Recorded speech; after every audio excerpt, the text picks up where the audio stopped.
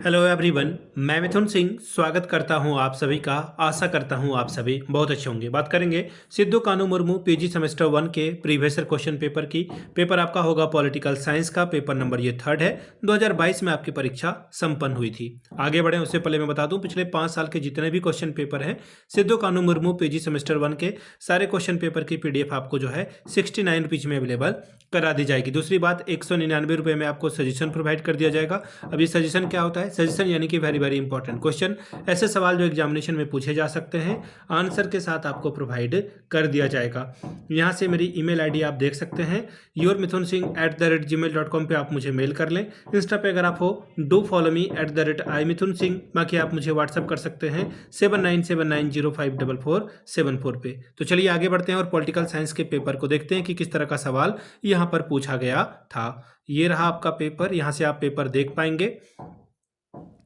Wait a moment, ये रहा आपका पेपर। यहाँ से आप देखें semester 1 political science paper number 3rd 2022 का ये क्वेश्चन पेपर। 3 घंटे का वक्त था। 70 नंबर आप ला सकते हैं मैक्सिमम, जिसमें कि 32 नंबर आप लाते हो तो इस पेपर को आप क्वालिफाई कर जाते हो। चलिए अब सेक्शन ए की बात करते हैं। यहाँ पे 10 सवाल आपसे पूछ लिए गए हैं, 2-2 नंबर के ये सवाल होंगे। पहला सवाल, who said man is a political animal, यानी कि किसने कहा था कि मानव एक राजनीतिक प्राणी है, इसके बारे में आप बताएं। पहला है सुकरात, दूसरा है प्लूटो, तीसरा है अरस्तु और चौथा ऑप्शन आपको जो देखने को मिलेगा वो है नन ऑफ दीज का। तो देखिए इसका जो आंसर हो जाएगा वो हो जाएगा अरस्तु के द्वारा जो है ये अरस्तु या फिर आप इसे अरिस्टोटल कहें, both are the same thing. तो देखिए इसका जो आंसर हो जाएगा वो हो जाएगा अरस्तु के द्वारा जो है ये बात लिखी गई थी या कही गई थी। कहाँ पे इन्होंने ये बात रखी है? तो इन्होंने अपनी बात जो है पॉलिटिक्स नामक बुक में रखी। हो सकता है कि एग्जाम में ना ये पॉलिटिक्स नामक बुक में लिखी है और हो सकता है कि आपसे जो है एग्जाम में ये सवाल पूछ दिया जाए, तो वहाँ पे हिचकिचाइएगा मत। वहाँ पे आपको जो है सही आंसर बताना है कि पॉलिटिक्स नामक बुक में इन्होंने कहा था कि मनुष्य स्वभाव से ही क्या है, एक पॉलिटिकल एनिमल है। चलिए अगले सवाल की ओर हम लोग बढ़ेंगे। अगला सवाल देखिए क्या बोला गया है। The intellectual God father of behaviourism is, यानी कि व्यवहारवाद के बौद्धिक पितामह कौन है? तो देखिए अगर मैं बात करूं चारों ऑप्शंस की, तो इसमें जो सबसे बेहतर ऑप्शन आपके लिए निकल कर आएगा वो आ जाएगा चार्ल्स ई मेरियम के द्वारा जो है व्यवहारवाद के बारे में सबसे पहले बात की गई। इनको गॉड फादर कहा जा सकता है। अगला सवाल है, who wrote the book a grammar of a politics, यानी कि a grammar of a politics नामक किताब या पुस्तक किसके द्वारा लिखी गई है? तो लॉस्की के द्वारा ये पुस्तक लिखी गई है। ऑप्शन ए, इनका पूरा नाम है हैराल्ड जे लेस्की। ठीक है, ये राजनीतिक विज्ञान की सबसे महत्वपूर्ण पुस्तक है।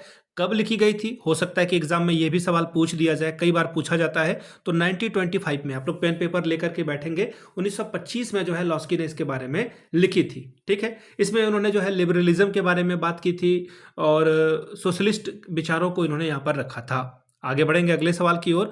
क्वेश्चन नंबर डी देखिए आपके सामने ये रहा। अ वेलफेयर स्टेट पर परफॉर्म्स, यानी कि एक लोक कल्याणकारी राज्य निष्पादित करता है। देखिए वेलफेयर स्टेट क्या करेगा?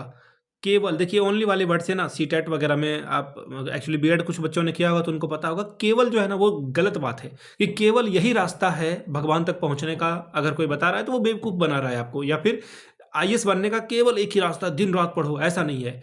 कुछ स्मार्ट वर्क करके भी पढ़ते हैं, मेहनत तो करनी ही है, स्मार्ट वर्क भी करना है। तो केवल वाले शब्दों से आप बचेंगे तो 2 ऑप्शन तो ऐसे ही कट जाएगा। रक्षात्मक और कल्याणकारी दोनों, यानी कि प्रोडक्टिव भी आपको बनना है और वेलफेयर फंक्शन भी आपको चलाना है। ऑप्शन 2 आपका सबसे बेहतर ऑप्शन होगा।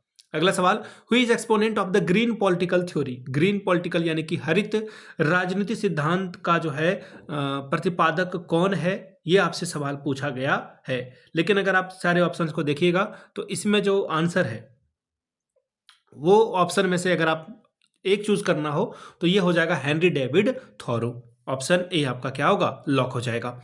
अगले सवाल की ओर हम लोग बढ़ेंगे। Who wrote a theory of justice? A theory of justice नामक किताब किसके द्वारा लिखी गई? तो जॉन रॉल्स के द्वारा ये किताब लिखी गई। इनका पूरा नाम जॉन रॉल्स है, याद रखिएगा। और इन्होंने कई किताबें लिखी है। और पहले इस बारे में बात कर लेते हैं थ्योरी ऑफ जस्टिस के बारे में। तो 1971 में जो है ये बुक पब्लिश की गई थी सबसे पहली बार। ठीक है, तो ये डेट जो है मेंशन रखिएगा, हिस्ट्री में नहीं पॉलिटिकल साइंस में भी ये सवाल पूछ लिया जाता है। अगला है traditional approach to political theory gives stress on, यानी कि राजनीतिक सिद्धांत के परंपरागत उपागम महत्व देता है किस पे, वैल्यू पे। अगला है फैक्ट पे, फिर है शुद्धता पे, या फिर निष्पक्षता ऑब्जेक्टिविटी पे। तो देखिए इसका आंसर हो जाएगा वैल्यूज पे, ऑप्शन ए आपका सही हो जाएगा। अगला सवाल, who advocate the post behavioural approach for the first time, किसने जो है उत्तर व्यवहारवादी उपागम की वकालत सबसे पहले की है, इसके बारे में बताएं। तो देखिए डेविड ईस्टर्न के द्वारा जो है इसके ऊपर सबसे पहले उत्तर व्यवहारवाद उपागम के ऊपर सबसे पहले वकालत इन्होंने ही की थी। आगे बढ़ेंगे, who is the exponent of multiculturalism, यानी कि बहुसंस्कृतिवाद के प्रतिपादक कौन माने जाते हैं। तो देखिए ये जो आंसर है इसमें आपका जो विल किमिलिका है ये आपका सही आंसर हो जाएगा, ऑप्शन ए को आप लॉक कर देंगे। अगला सवाल, हु यूज द वर्ड जन समुदायवाद, कम्युनिटीज्म की बात करें तो देखिए जन समुदायवाद शब्द का सबसे पहले प्रयोग किसने किया था। तो देखिए ये सब सवाल ना थोड़ा सा कंट्रोवर्शियल होता है, क्योंकि हर जगह पे इसका आंसर आपको अलग अलग देखने को मिलेगा। किसी एक विचारक को इसका अगर आंसर देना हो तो ये थोड़ा सा मुश्किल हो जाएगा, लेकिन फिलहाल अगर आप सारी चीज़ों को देखोगे तो गुडवाइन ब्राम्बे को जो है इसका श्रेय आप दे सकते हैं, ऑप्शन 2 आपका सही हो जाएगा। अब बात करेंगे सेक्शन बी की। सेक्शन बी में देखिए आपके सामने सवाल रहे कितने, 200 वर्ड में आंसर लिखना है 5 सवालों का, और 6 नंबर आपको मिलेगा। Define and meaning of a political theory, राजनीतिक सिद्धांत की परिभाषा और अर्थ बताएं। अगला है silent feature of a modern political theory, आधुनिक राजनीतिक सिद्धांत के मुख्य विशेषताओं को बताइए।